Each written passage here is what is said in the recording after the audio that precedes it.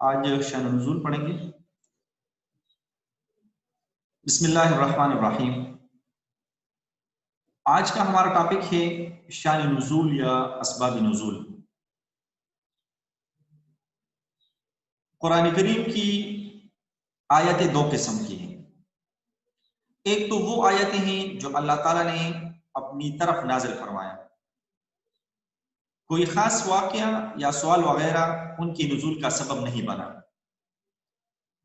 دوسری آیتیں ایسی ہیں کہ جن کا نزول کسی خاص واقعہ یا سوال کی وجہ سے ہوا، پس وہ واقعہ یا سوال مفسرین کی اصطلاح میں سبب نزول یا شان نزول کہلاتا ہے۔ مفسرین اس کو سبب نزول یا شان نزول کہتے ہیں۔ مثلا سورہ بقرہ کی ایک آیت ہے وَلَا تَنْكِحُوا الْمُشْرِكَاتِ حَتَّى يُؤْمِنَّ وَلَأَمَةٌ مُؤْمِنَةٌ خَيْرٌ مِّن مُشْرِكَةٍ وَلَوْ أَعْجَبَتْكُمْ، کہ مشرک عورتوں سے نکاح نہ کرو جب تک کہ وہ ایمان نہ لائیں، اور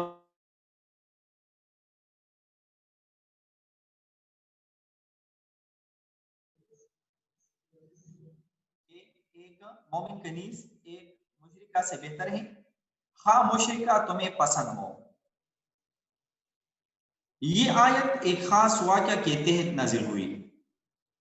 دیکھیں، زمانے جاہلیت میں حضرت مرثد ابن ابی مرثد عنوی رضی اللہ تعالیٰ عنہ کا نام، ان کا تعلق عناب نامی عورت سے تھا۔ تو اسلام لانے کے بعد یہ مدینہ طیبہ چلے آئے، اور وہ عورت مکہ مکرمہ میں رہ گئی۔ ایک مرتبہ کسی کام سے حضرت مرشد رضی اللہ تعالیٰ عنہ مکہ مکرمہ تشریف لے گئے، تو اس عورت نے انہیں گناہ کی دعوت دی۔ حضرت مرشد رضی اللہ تعالیٰ عنہ نے صاف انکار کر دیا اور کہا کہ اسلام میرے اور تمہارے درمیان حائل ہو چکا ہے، لیکن اگر تم چاہو تو میں آپ صلی اللہ علیہ وسلم سے اجازت کے بعد تم سے نکاح کر سکتا ہوں۔ مدینہ طیبہ تشریف لا کر حضرت مرشد رضی اللہ تعالیٰ عنہ نے حضور صلی اللہ علیہ وسلم سے نکاح کی اجازت طلب کی اور اپنی پسندیدگی کا اظہار کیا۔ اس پر یہ آیت نازل ہوئی، اور اس آیت میں مشرک عورتوں سے نکاح کی ممانعت کر دی گئی ہے کہ مشرک عورتوں سے نکاح نہ کرو۔ تو یہ واقعہ اس آیت کا سبب نزول یا شان نزول ہے۔ شان نزول کی اہمیت اور ضرورت کیوں پیش آتی ہے؟ ہم کیوں کسی آیت کا شان نزول پڑھتے ہیں؟ کیا اہمیت ہے اس کی، کیا ضرورت ہے؟ علامہ زرکشی رحمۃ اللہ علیہ فرماتے ہیں کہ شان نزول جاننے کا پہلا فائدہ یہ ہے کہ اس سے احکام کی حکمتیں معلوم ہوتی ہیں، اور یہ پتہ چلتا ہے کہ یہ حکم اللہ تعالیٰ نے کن حالات میں اور کیوں نازل فرمایا۔ مثلا سورۃ نساء میں ارشاد ہے یا ایھا الذین آمنوا لا تقربوا الصلاۃ وانتم سکارى، اے ایمان والو تم نماز کے پاس بھی ایسی حالت میں مت جاؤ کہ تم نشہ میں ہو۔ اب دیکھیں، اس آیت میں کہا گیا ہے کہ حالت نشہ میں نماز کے قریب بھی نہ جاؤ، جبکہ سب جانتے ہیں کہ شراب بالکل حرام ہے۔ تو یہ بات کیوں کہی گئی؟ اس سوال کا جواب صرف شان نزول ہی سے مل سکتا ہے۔ چنانچہ حضرت علی رضی اللہ تعالیٰ عنہ سے مروی ہے کہ شراب کے حرام ہونے سے پہلے ایک مرتبہ حضرت عبد الرحمن بن عوف نے کچھ صحابہ رضوان اللہ تعالی علیہ مجمعین کو کھانے پر مدعو کیا۔ ابھی شراب کی حرمت نازل ہوئی تھی، تو وہاں کھانے کے بعد شراب پی گئی۔ اسی حالت میں نماز کا وقت آ گیا تو ایک صحابی نے امامت کی اور نشے کی وجہ سے قرآن آیت کی تلاوت میں غلطی کر گئی۔ اس پر یہ آیت نازل ہوئی۔ تو بسا اوقات سبب نزول کے بغیر آیت کا صحیح مفہوم ہی سمجھ میں نہیں آتا۔ جیسے سورہ بقرہ میں ہے اللہ تعالیٰ فرماتے ہیں وَلِلَّهِ الْمَشْرِقُ وَالْمَغْرِبُ فَأَيْنَمَا تُوَلُّوا فَثَمَّ وَجْهُ اللَّهِ، مشرق اور مغرب اللہ ہی کے ہیں، بس جدھر بھی تم رخ کر لو ادھر ہی اللہ کا رخ ہے۔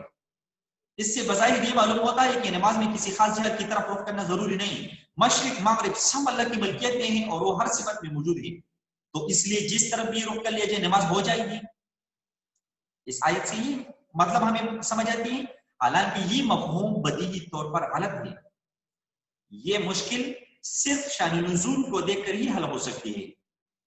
چنانچہ حضرت عبداللہ بن عباس رضی اللہ تعالیٰ عنہ فرماتے ہیں کہ جب مسلمانوں کا قبلہ بیت المقدس سے کعبہ کی طرف تبدیل ہوا تو یہودیوں نے اعتراض کیا کہ اس تبدیلی کی کیا وجہ ہے کہ آپ پہلے بیت المقدس کی طرف نماز پڑھتے تھے اور ابھی آپ بیت اللہ کی طرف نماز پڑھتے ہیں. تو انہوں نے اعتراض کیا کہ اس تبدیلی کی وجہ کیا ہے, تو اس پر یہ آیت نازل ہو گئی. تو اس لیے خلاصہ یہ ہے کہ ہر سمت اللہ کی بنائی ہوئی ہے اور اللہ ہر طرف موجود ہے, لہٰذا وہ جس طرف بھی رخ کرنے کا حکم دے دے ادھر رخ کرنا واجب ہے. اللہ ہمیں جس طرف رخ کرنے کا حکم دے اس میں قیاسات کو دخل دینے کی کوئی ضرورت نہیں. قرآن کریم بسا اوقات ایسے الفاظ استعمال فرماتا ہے جن کا شان نزول سے گہرا تعلق ہوتا ہے, اور اگر ان کا صحیح پس منظر معلوم نہ ہو تو وہ الفاظ معاذ اللہ بے فائدہ اور بعض اوقات بے جوڑ معلوم ہونے لگتے ہیں. مثلا سورہ بقرہ میں ہے فَإِذَا قَضَيْتُم مَنَاسِكَكُمْ فَاذْكُرُوا اللَّهَ كَذِكْرِكُمْ آبَاءَكُمْ. اللہ فرماتے ہیں فَإِذَا قَضَيْتُم مَنَاسِكَكُمْ, پس جب تم افعال حج پورے کر چکو, فَاذْكُرُوا اللَّهَ كَذِكْرِكُمْ آبَاءَكُمْ, تو اللہ کو یاد کرو جیسے اپنے آبا کو یاد کرتے. فَاذْكُرُوا اللَّهَ, بس اپنے اللہ کو یاد کرو كَذِكْرِ آبَائِكُمْ كَذِكْرِكُمْ آبَاءَكُمْ, جیسے کہ تم اپنے آبا کو یاد کرتے ہو. تو اس آیت کے یہ حصہ کہ جیسے تم اپنے آبا کو یاد کرتے ہو بے جوڑ معلوم ہوتا ہے, لیکن شان نزول سے یہ بات واضح ہو جاتی ہے. مشرکین عرب کا یہ معمول تھا کہ وہ ارکان حج سے فارغ ہونے کے بعد مزدلفہ میں اپنے اپنے آبا و اجداد کے مفاخر اور کارنامے بیان کرتے تھے. تو اللہ تعالیٰ نے حکم دیا کہ اب یہاں باپ دادوں کی تعریفیں کرنے کی بجائے اللہ کا ذکر کیا کرو. تو قرآن کریم میں ایسے مقامات بھی توڑے نہیں ہیں جن میں کسی خاص واقعہ کی طرف مختصر اشارہ کیا گیا ہے, اور جب تک واقعہ معلوم نہ ہو ان آیات کا مطلب سمجھ میں نہیں آ جا سکتا. مثلا اللہ رب العزت کا ارشاد باری تعالیٰ ہے وَمَا رَمَيْتَ إِذْ رَمَيْتَ وَلَكِنَّ اللَّهَ رَمَى. وَمَا رَمَيْتَ إِذْ رَمَيْتَ وَلَكِنَّ اللَّهَ رَمَى, جس وقت آپ صلی اللہ علیہ وسلم نے مٹی پھینکی تو وہ آپ صلی اللہ علیہ وسلم نے نہیں پھینکی بلکہ اللہ نے پھینکی. یہ آیت غزوہ بدر کے اس واقعے کی طرف اشارہ ہے جس میں حضرت صلی اللہ علیہ وسلم نے کفار کے گھیرے میں آنے کے وقت ایک مٹھی خاک ان کی طرف پھینکی تھی. آپ صلی اللہ علیہ وسلم نے ایک مٹھی خاک ان کی طرف پھینکی تھی اور اس کے بعد گھیرا ٹوٹ دیا تھا. اگر یہ سبب نزول ذہن میں نہ ہو تو آیت کا مطلب کیسے سمجھا جا سکتا ہے؟ ہمیں کس طرح پتہ آج سمجھ میں آئے گی کہ اللہ نے کس طرح مٹی پھینکی؟ تو اس مختصر سی گفتگو سے یہ بات واضح ہو گئی کہ تفسیر قرآن میں شان نزول کی بڑی اہمیت ہے. اسی وجہ سے امام مہدی رحمۃ اللہ علیہ فرماتے ہیں جب تک آیت کا سبب نزول اور متعلقہ واقعہ معلوم نہ ہو اس وقت تک آیت کا مفہوم بیان کرنا ناممکن ہے. کہ ہمیں پتہ نہ ہو کہ واقعہ کیا ہے, سبب نزول کیا ہے, شان نزول کیا ہے, تو اس آیت کا ہم مفہوم بیان نہیں کر سکتے. پتہ نہیں چلتا ہمیں کہ یہ آیت کس چیز کے بارے میں نازل ہوئی ہے. اچھا جی, اس کے بعد سبب نزول اور احکام کا عموم و خصوص. دیکھیں کسی شان نزول کے تحت قرآن کریم کی جو آیات نازل ہوئی وہ آیاتیں اپنے عموم و خصوص کے لحاظ سے 4 قسم کی ہیں. پہلی قسم میں وہ آیاتیں داخل ہیں جن میں کسی خاص شخص کا نام لے کر یہ بتایا گیا ہے کہ یہ آیت کا مضمون اسی کے بارے میں. اسی آیتوں کے بارے میں علماء کے اتفاق ہے کہ ان کا مضمون صرف اسی معین شخص کے لیے ہوگا, کوئی دوسرا اس میں شامل نہیں ہوگا. مثلا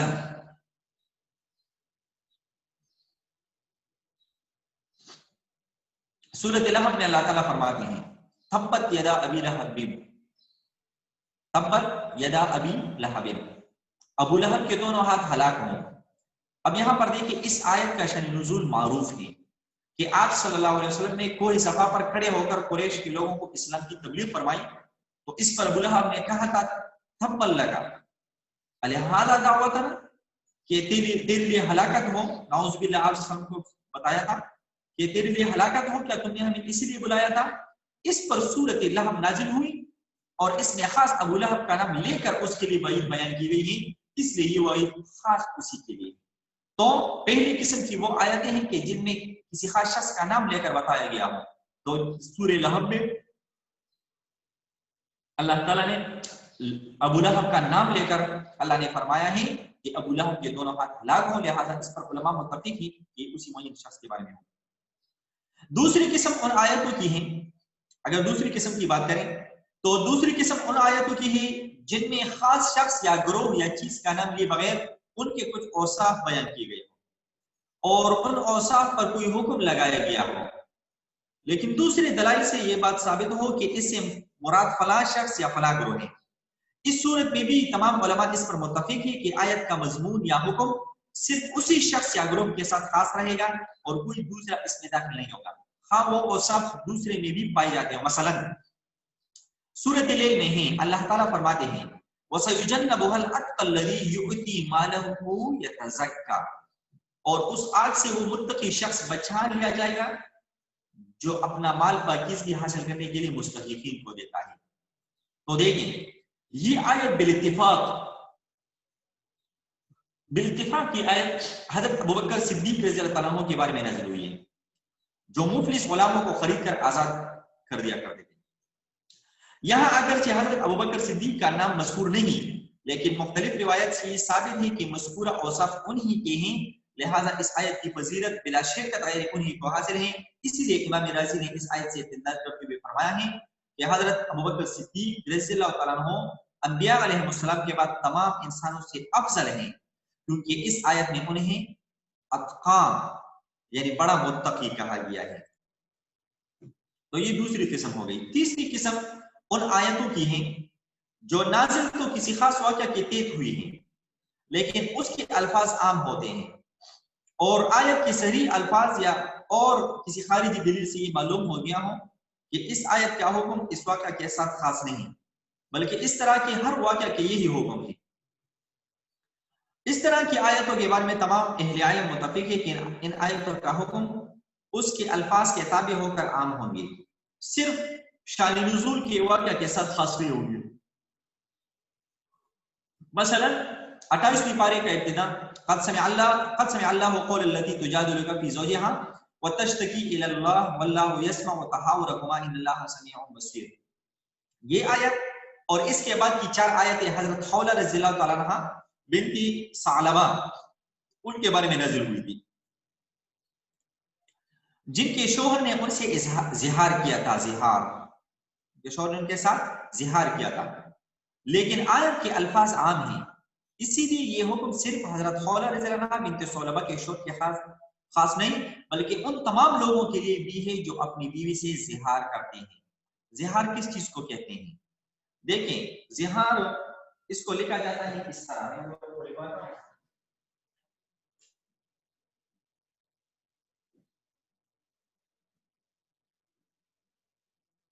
زہار جو اظہار کا لفظ ہے اسی طرح سے لکھا جاتا ہے، اس کو ہم زہار بولتے ہیں. دیکھیں زہار یہ ہوتا تھا کہ پہلے زمانے میں لوگ کیا کرتے تھے، اسلام سے پہلے لوگ اپنی بیوی کو بولتے تھے کہ تم ایسی ہو جیسی میری بیوی، اپنی بیوی کو کہتے ہیں کہ آپ میری ماں جیسی ہو، یا ان کو کہتے تھے کہ آپ کی پیٹھ میری ماں جیسی ہے، یا اور اپنی ماں یا بہن کے ساتھ اس کو مشابہت دیتے تھے. تو پھر وہ کہتے تھے کہ یہ اب مجھ پہ حرام ہو گئی، وہ اس کو چھوڑتے تھے جس طرح طلاق ہوتی ہے. تو شریعت نے اس چیز کو منع کیا کہ نہیں، آپ کی بیوی طلاق نہیں ہوتی لیکن آپ کو کفارہ ادا کرنا ہوگا. اگر آپ اپنی بیوی کو یہ کہتے ہیں کہ آپ میری ماں جیسی ہیں یا آپ کی پیٹھ میری ماں جیسی ہے، اس کو زہار کہتے ہیں. تو یہ حرام عمل ہے، لیکن اس سے بیوی وہ اپنی شوہر پہ حرام نہیں ہوتی، بیوی کے ساتھ طلاق واقع نہیں ہوتی. لیکن شریعت نے اس کے لیے کچھ جرمانہ مقرر کیا ہے. ایک حد ہے، حد کیا ہے کہ ایک غلام آزاد کرے گا. تو آج کل غلام نہیں ہے تو 60 مسکینوں کو کھانا کھلائے گا 2 وقت، اور یا 60 دنوں کے روزے رکھے گا. تو یہ زہار کا کفارہ ہوگا، پھر وہ اپنی بیوی کے پاس جا سکے گا.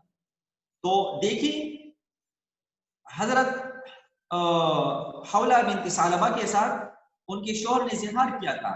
تو یہ آیتیں حضرت خولہ بنت ثعلبہ کے بارے میں نازل ہوئی ہیں. تو اب جو شخص بھی زہار کرے گا، جو شخص اپنی بیوی سے زہار کرتے ہیں، یہ آیتیں ان لوگوں کے لیے ہیں قد سمع اللہ قول التي تجادلك في زوجها وتشتکی الی اللہ واللہ یسمع تحاورکما ان اللہ سمیع بصیر. تو جو حکم زہار کا ہوگا وہ ہر ایک اس مرد کے لیے ہوگا جو اپنی بیوی سے زہار کرے. چوتھی قسم ان آیتوں کی ہے جو خاص واقعہ کے تحت نازل ہوئی لیکن الفاظ عام استعمال کیے گئے اور کسی آیت یا کوئی خارجی دلیل سے یہ صراحت معلوم نہیں ہوتی کہ یہ آیت کا حکم صرف کسی واقعہ کے ساتھ خاص ہے یا اس طرح کے ہر واقعہ کے لیے عام ہے. اس صورت میں اہل علم کا تھوڑا اختلاف ہے. بعض حضرات کا کہنا یہ ہے کہ اس صورت میں اس آیت کو صرف شان نزول کے واقعہ کے ساتھ خاص رکھا جائے گا، لیکن جمہور علماء و فقہا کی رائے یہ ہے وہ اس کے خلاف ان کی رائے ہے. وہ کہتے ہیں کہ اس قسم کی آیتوں میں الفاظ کے عموم کو دیکھتے ہوئے حکم کو عام رکھا جائے گا. کیا مطلب؟ مثلا شان نزول کے واقعہ کے ساتھ خاص نہیں ہوگا، اس کا حکم اس جیسے ہر واقعہ پر نافذ کیا جائے گا. اس قسم کی آیتوں کے لیے علماء اصول فقہ و تفسیر میں یہ جملے مشہور ہیں کہ العبرۃ لعموم اللفظ لا لخصوص السبب، کہ اعتبار الفاظ کے عموم کا ہوگا نہ کہ سبب نزول کے خاص واقعہ کا. جیسے قرآن پاک کا ایک آیت ہے وَإِنْ كَانَ ذُو عُسْرَةٍ فَنَظِرَةٌ إِلَىٰ مَيْسَرَةٍ، اور اگر قرض دار تنگ دست ہو تو اسے کشادگی تک مہلت دے دو. یہ ایک آیت ہے، اللہ تعالیٰ فرماتے ہیں وَإِنْ كَانَ ذُو عُسْرَةٍ فَنَظِرَةٌ إِلَىٰ مَيْسَرَةٍ، اگر قرض دار تنگ دست ہو، تنگی ہو، اس کے ہاتھ میں پیسے نہ ہو تو کیا ہے کہ اسے کشادگی تک مہلت دے دو. اس آیت کا شان نزول یہ ہے کہ بنو عامر ابن عمیر کا کچھ قرض بنو معیرہ پر واقع تھا. یہ دو قبیلے تھے، بنو عامر بن عمیر، ان کا کچھ قرض بنو معیرہ پر واجب تھا.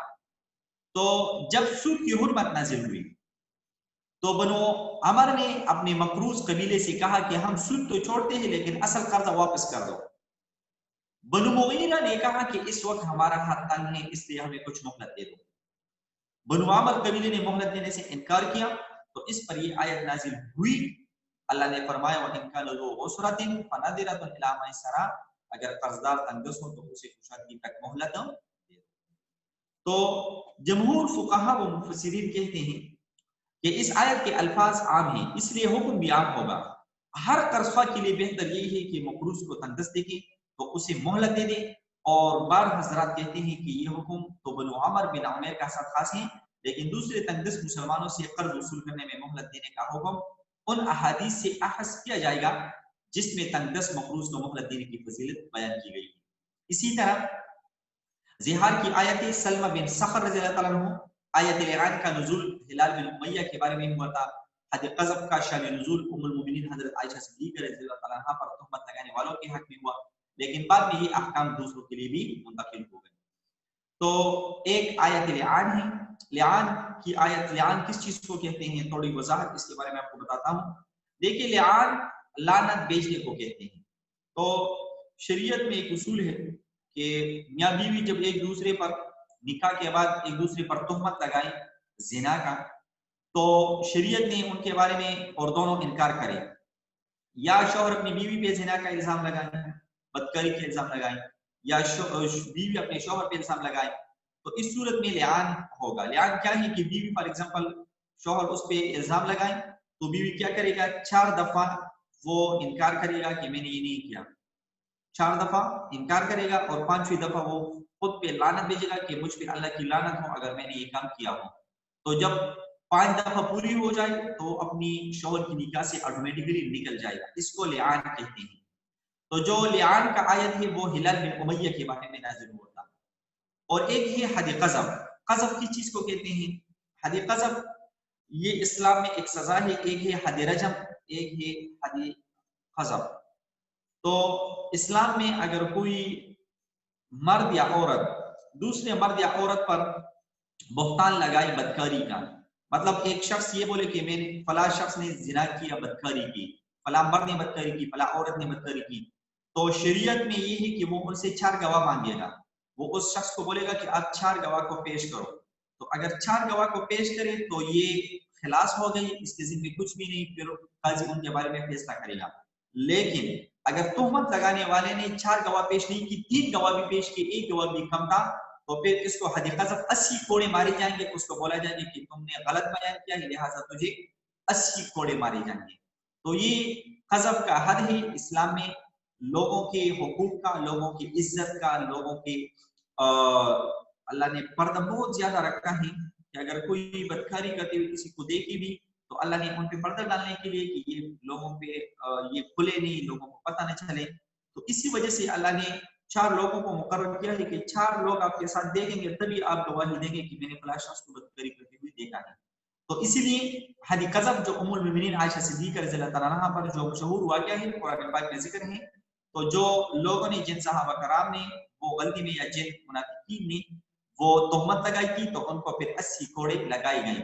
تو یہ واقعات خاص تھی کچھ خاص لوگوں کے بارے میں اور خاص واقعہ کے بارے میں یہ آیتیں نازل ہوئی ہیں، لیکن اس کے احکام بعد میں دوسرے لوگوں کے لیے مختلف ہو گئی، لوگوں کے لیے منتقل ہو گئی. تو اسی وجہ سے ہم یہ بولتے ہیں کہ جو شان نزول ہوتی ہیں تو شان نزول، اور اسی وجہ سے کہ جو شان نزول ہیں آیتوں کی شان واقعہ ہے، کوئی واقعہ ہے خاص، تو ہم اس لیے بولتے ہیں کہ قرآن کریم کی ہر آیت اور ہر سورت کی ایک شان نزول کا پتہ ہونا چاہیے. اگر شان نزول معلوم ہو تو پھر ہم اس آیت کی مفہوم بیان کر سکیں گے، اس آیت کی تشریح کر سکیں گے.